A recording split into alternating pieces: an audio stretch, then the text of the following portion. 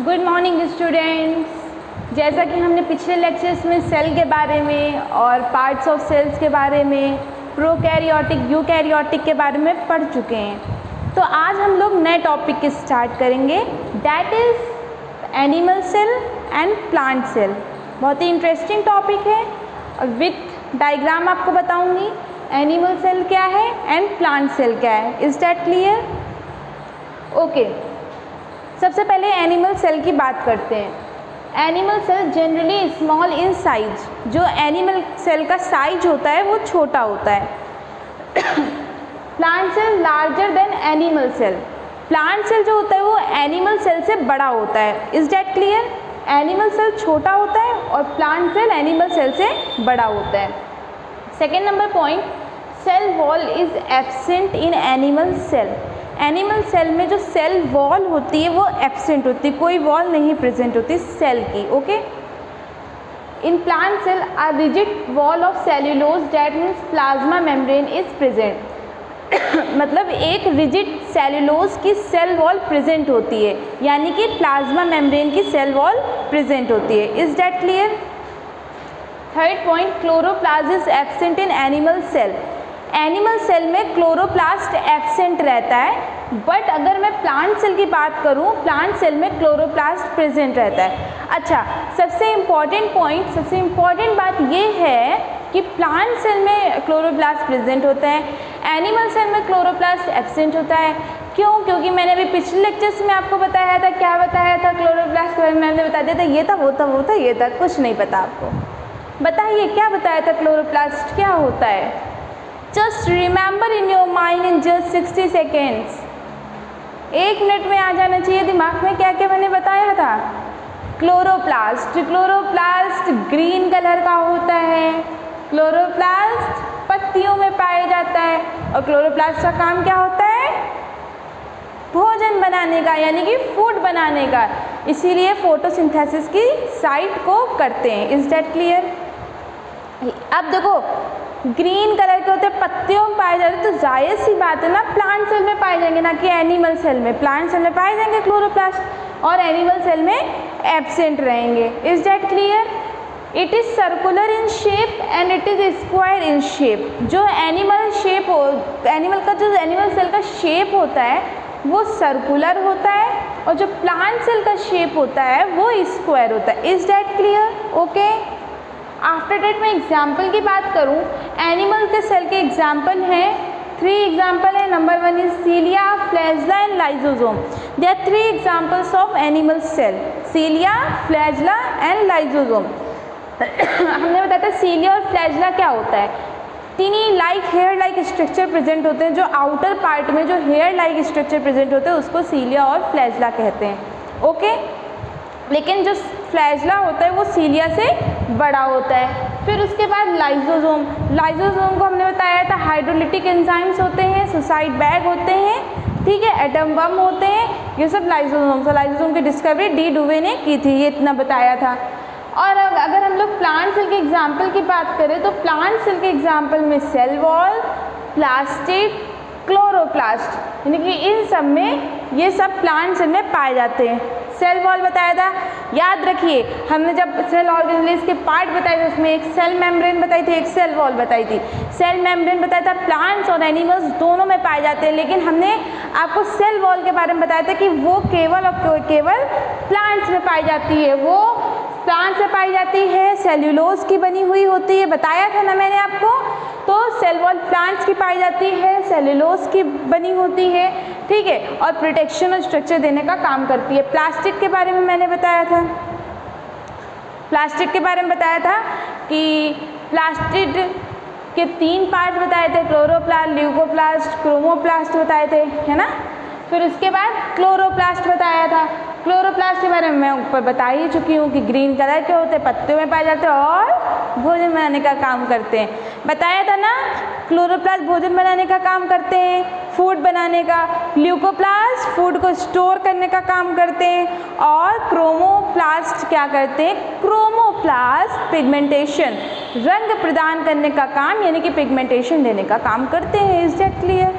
Okay, now we will move on the structure of a plant cell. Okay, अब हम लोग plant cell के structure के बारे में बात करेंगे, ठीक है।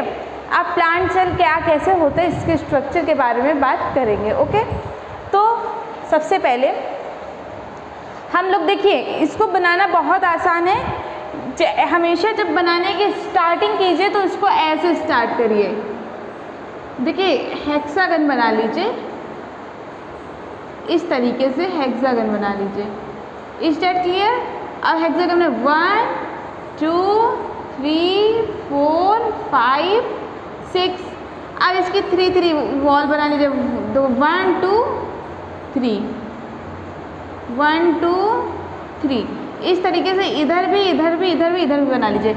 इतना बना लेंगे, फिर उसके बाद जब आप इतना पार्ट बना लेंगे, इतना पार्ट बनाने के बाद तब आप अंदर का पार्ट बना पाएंगे। Is that clear?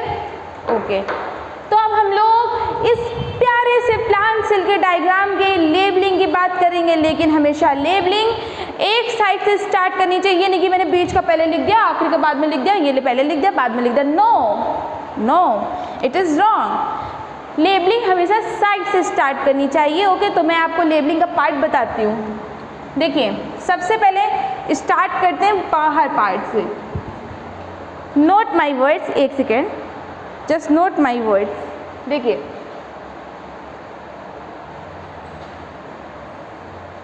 ये सबसे ये चीज क्या है? This is what?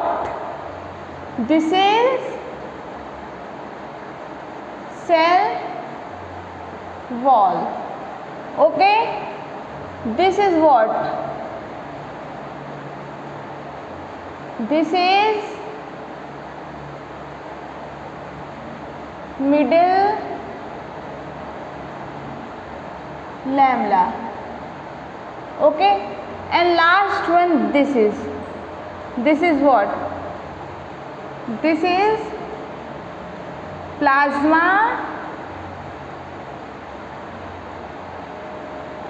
membrane. ठीक है? Okay, is that clear? जो बाहर वाली देखिए, जो ये है सेल वॉल है, बीच वाली मिडल में यानी कि बीच में यानी कि मिडल लैमला है, और जो सबसे लास्ट वाली है that is the plasma membrane. Okay, अब आगे हम लोग बात करते हैं कि जो ये है what is this? This is what? It is a vacuole. और मैंने आपको पिछले लेक्चर में बताया था वैक्यूल का क्या काम होता है। क्या काम होता है वैक्यूल का? वैक्यूल का काम पानी को स्टोर करने का होता है। Is that clear? जो इसकी ये बाहर की लेयर होती है that is tonoplast. Outer membrane of vacuole is known as tonoplast. जो वैक्यूल की बाहर की मेम्ब्रेन होती है दैट्स कॉल्ड द टोनोप्लास्ट, उसको हम लोग टोनोप्लास्ट कहते हैं। Is that clear? Okay, after that अब मैं इस बात करूँगी इस स्ट्रक्चर की। देखिए इस स्ट्रक्चर में देखिए एक ये पार्ट है,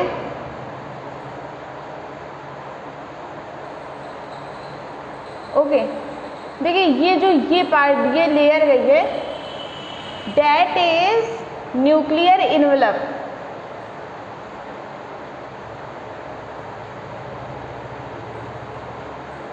okay, that is nucleus and that one is nucleolus. जो बाहर की मेम्ब्रेन कवर कर रही है एनवेलप। हमने बताया कोई भी चीज़ जब फ्लिपकार्ट या मीशो वगैरह में या कहीं भी पैक होकर आती है तो उस पर बाहर एक एनवेलप लगा होता है, एक एनवेलप से पैक होकर आती है। Is that clear? तो एक बाहर एनवेलप है, दिस इज द न्यूक्लियोलस, और अंदर क्या है? न्यूक्लियस है। Okay, is that clear? फिर आगे हम लोग बात करते हैं what is this? What is this? अक्सर देखा होगा what is this? This is a Golgi body. Golgi body और we can say Golgi apparatus। What is this? Golgi का काम क्या होता है? कैरियर, परिवहन करने का, एनर्जी को बैलेंस करने का। This is mitochondria.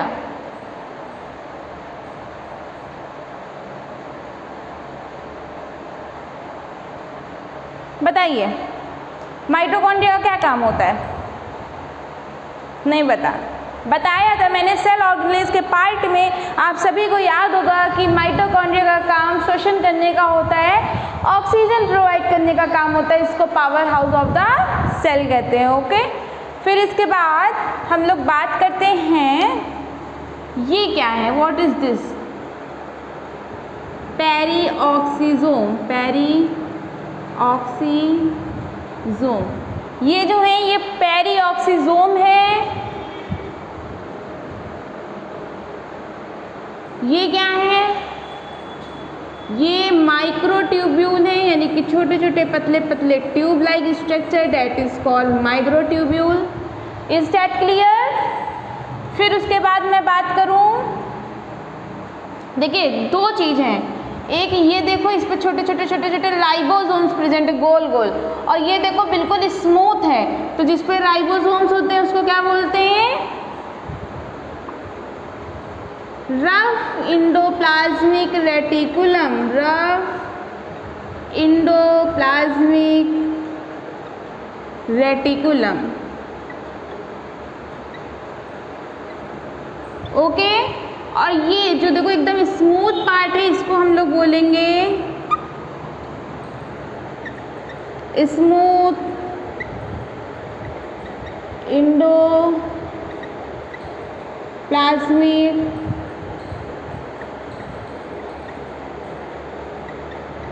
Reticulum.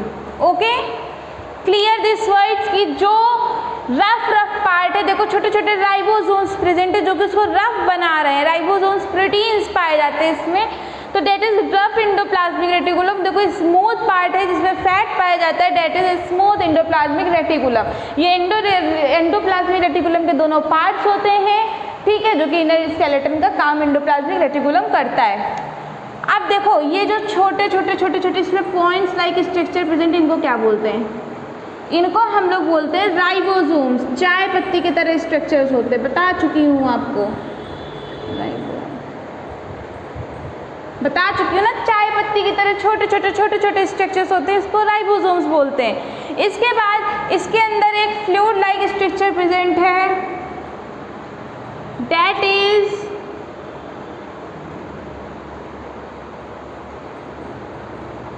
Chloroplast. Greeny structure present है जो कि इस प्लांट को बनाने का काम कर रही है, ठीक है, इसको हम लोग क्लोरोप्लास्ट बोलते हैं। Is that clear? कोई पॉइंट तो नहीं छूटा है? सारे पॉइंट्स कवर हो गए हैं? ओके, कोई पॉइंट्स नहीं छूटे हैं आपके? एक बार फिर से क्लियर कर देती हूँ डायग्राम को पूरा। इस देखो एनिमल सेल में छोटा साइज में होती है, प्लांट सेल एनिमल सेल से बड़ी होती है। एनिमल सेल में सेल वॉल एब्सेंट होती है और इसमें सेल्यूलोज की बनी होती है और प्रेजेंट होती है। क्लोरोप्लास्ट एनिमल सेल में प्रेजेंट एब्सेंट होता है और प्लांट सेल में प्रेजेंट होता है। एनिमल सेल सर्कुलर होती है शेप में, प्लांट सेल स्क्वायर होती है। एनिमल के सेल की एग्जांपल बात करूँ तो सीरिया, फ्लैजेला, लाइसोसोम्स, और प्लांट सेल की बात करूँ तो सेल वॉल, प्लास्टिन, क्लोरोप्लास्ट। और हाँ, दूसरी चीज, इन बोथ का मतलब क्या था कि एनिमल सेल और प्लांट सेल में जो दोनों में पाए जाते हैं, मतलब ये तो सीलिया, फ्लैजेला, लाइसोसोम केवल एनिमल सेल में पाई जाती है और ये सेल वॉल, प्लास्टिड, क्लोरोप्लास्ट केवल प्लांट सेल में पाई जाती है। दोनों में cell membrane, mitochondria, ribose, endoplasmic reticulum, Golgi body, nucleus, centrosome दोनों में पाई जाती है। Is that clear? Okay, your lecture is finished. Okay, bye bye.